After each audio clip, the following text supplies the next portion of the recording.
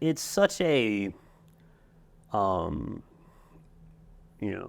Real Housewives of Eastern Europe sort of strange landscape, right? Where they're constantly kind of coming apart, coming together.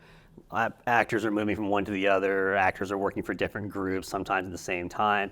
And so we're seeing that weird human dynamic kind of going on as people get mad at each other, lose track, gain trust, accused or counter-accused, all behind these facades of anonymity. So there's like never a complete mesh of trust between the groups.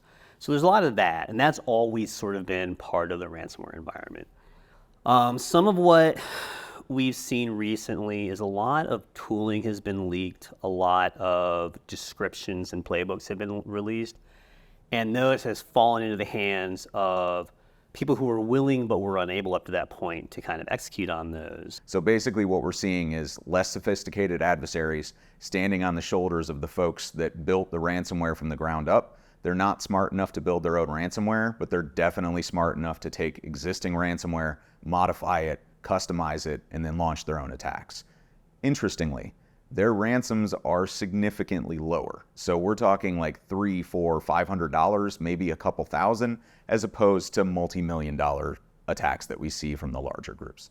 The other trend that we're seeing in there is sort of a dabbling in, and this has happened over the last year and a half, in extortion as a replacement for ransomware. And I think a lot of this stems from the Colonial Pipeline incident and the response that the Western law enforcement and governments had in reaction to that, where pressure really came down on these different groups. And you could tell even in the communications that were happening between the groups at the time, that they immediately knew that they had overstepped. Like there was a level of panic in the comms when that happened. The ransomware extortion landscape is very interesting. The easiest way to look at it is when these groups are deploying ransomware on the size organizations that they're deploying on, they're going to be deploying it across a huge swath of the network.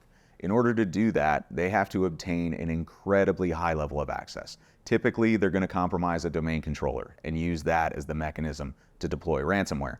That requires a ton of access, which means a lot of opportunity to be detected. The flip side of that, data exfiltration is incredibly fast.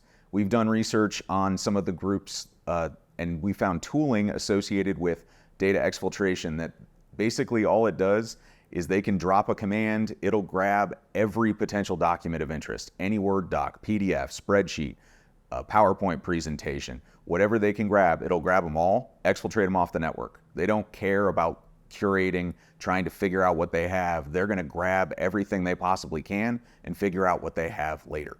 And there are advantages there where on the very, very kind of broad meta level, it is less impactful to steal someone's data than to make someone unable to run their business, even if you charge them the same amount of money. The loss is different and does not imperil the capitalistic engine. And if you don't imperil the capitalistic engine, then there's less of a possibility that you get this sharp crackback that you get like you would with Colonial Pipeline. So it's safer to some extent to engage in extortion. We've also seen ransomware operators do both, where they both ransom and then try to double leverage that and really put the pressure on by saying, and we have this, so if you don't pay us, then we're going to not only not unlock you, but we're also going to publish all this data as well.